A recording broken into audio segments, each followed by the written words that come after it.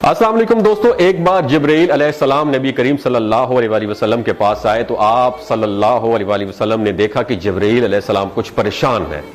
آپ صلی اللہ علیہ وسلم نے فرمایا، جبرائیل کیا معاملہ ہے کہ آج میں آپ کو غمزدہ دیکھ رہا ہوں؟ تو جبرائیل علیہ السلام نے عرض کی، اے محبوب، کل میں اللہ پاک کے حکم سے جہنم کا نظارہ کر کے آیا ہوں، اس کو دیکھنے سے مجھ پہ غم کے آثار نمودار ہو رہے ہیں۔ نبی کریم صلی اللہ علیہ وسلم نے فرمایا کہ جبرائیل مجھے بھی جہنم کے حالات بتاؤ۔ جبرائیل نے عرض کی، جہنم کے کل 7 درجے ہیں اور ان میں سے جو سب سے نیچے والا درجہ ہے، اللہ ان میں منافقوں کو رکھے گا۔ اس سے اوپر والے 6 درجے میں اللہ تعالیٰ مشرک لوگوں کو ڈالیں گے۔ اس سے اوپر 5ویں درجے میں اللہ سورج اور چاند کی پرستش کرنے والوں کو، عبادت کرنے والوں کو ڈالیں گے۔ 4تھے درجے میں اللہ پاک آتش پرست لوگوں کو ڈالیں گے، اور 3رے درجے میں اللہ پاک یہود کو ڈالیں گے۔ 2 درجے میں اللہ تعالیٰ عیسائیوں کو ڈالیں گے۔ یہ کہہ کر جبرائیل علیہ السلام خاموش ہو گئے تو نبی کریم صلی اللہ علیہ وسلم نے پوچھا، جبرائیل آپ خاموش کیوں ہو گئے؟ مجھے بتاؤ کہ پہلے درجے میں کون ہوگا؟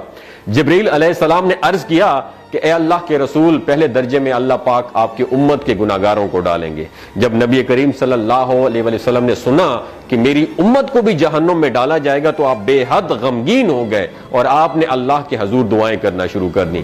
3 دن ایسے گزرے کہ اللہ کے محبوب مسجد میں نماز پڑھنے کے لیے تشریف لاتے، نماز پڑھ کر حجرے میں تشریف لے جاتے اور دروازہ بند کر کے اللہ کے حضور رو کر دعائیں فرماتے۔ صحابہ حیران تھے کہ نبی کریم صلی اللہ علیہ وسلم پر یہ کیفیت کیسے طاری ہوئی ہے، مسجد سے حجرے جاتے ہیں، گھر بھی تشریف لے کر نہیں جا رہے۔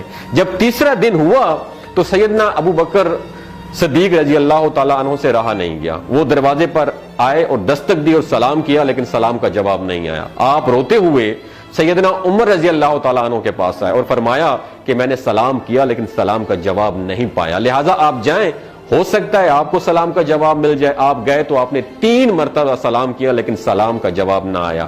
حضرت عمر رضی اللہ تعالیٰ عنہ نے سلمان فارسی کو بھیجا لیکن پھر بھی سلام کا جواب نہیں آیا۔ حضرت سلمان فارسی نے واقعے کا تذکرہ حضرت علی رضی اللہ تعالیٰ عنہ سے فرمایا۔ انہوں نے سوچا کہ جب اتنے عظیم شخصیت کو سلام کا جواب نہیں ملا تو مجھے بھی خود نہیں جانا چاہیے، بلکہ مجھے ان کی نور نظر بیٹی حضرت فاطمہ رضی اللہ تعالیٰ عنہا انہیں اندر بھیجنا چاہیے۔ لہٰذا آپ نے حضرت فاطمہ رضی اللہ تعالیٰ عنہا کو سب احوال بتا دیا۔ آپ حجرے کے دروازے پر آئیں، ابا جان السلام علیکم۔ بیٹی کی آواز سن کر محبوب کائنات اٹھے، دروازہ کھولا اور سلام کا جواب دیا۔ ابا جان، یہ آپ پر کیا کیفیت ہے کہ 3 دن سے آپ یہاں پہ تشریف فرما ہے؟ نبی کریم صلی اللہ علیہ وسلم نے فرمایا کہ جبرائیل نے مجھے آگاہ کیا ہے کہ میری امت بھی جہنم میں جائے گی۔ فاطمہ بیٹی، مجھے اپنی امت کے گناہگاروں کا غم کھائے جا رہا ہے اور میں اپنے مالک سے دعائیں کر رہا ہوں کہ اللہ ان کو معاف کر دے اور جہنم سے بری کر دے۔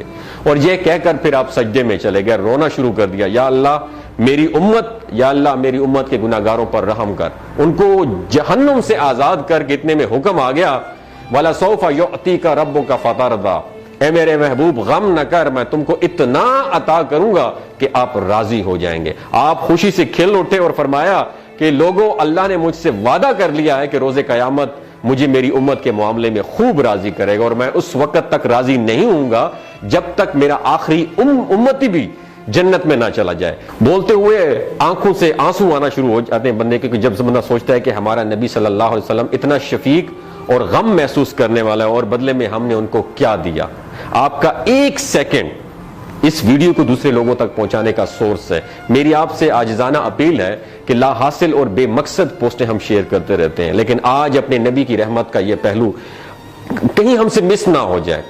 ایک شیئر کر کے اپنا حصہ ضرور ڈالیے گا، کیا پتہ کون گناہگار پڑھ کر راہ راست پہ آ جائے اور دوسروں کو تھوڑی سی ہدایت مل جائے۔ کہنے کا مقصد یہ ہے کہ ایک نبی ہمارے لیے اتنا غم خوار ہے اور ہم یہاں بیٹھ کے اس کی امت کے اوپر اتنے مظالم ڈھائے جا رہے ہیں، ہمارے فلسطینی بھائیوں پہ اتنا ظلم کیا جا رہا ہے، لیکن ہم ٹس سے مس نہیں ہو جا رہے۔ آج ہمارے پاس اگر تلواریں ہوتی تو ہم تو بالکل سوچنا ہی ختم کر دیتے، لیکن آج ہمارے پاس میزائل ہیں، آج ہمارے پاس ایٹم بم ہے، لیکن پھر بھی ہم بے حس بنے ہوئے ہیں۔ اللہ تعالیٰ ہمیں ہدایت نصیب فرمائے، اللہ تعالیٰ ہمارے لیے آسانیاں پیدا فرمائے، اور اللہ تعالیٰ ہمیں نیک کام کرنے کی توفیق عطا فرمائے۔ اپنا اور اپنے ساتھ جڑے رشتوں کا خیال رکھیے گا۔ اللہ حافظ۔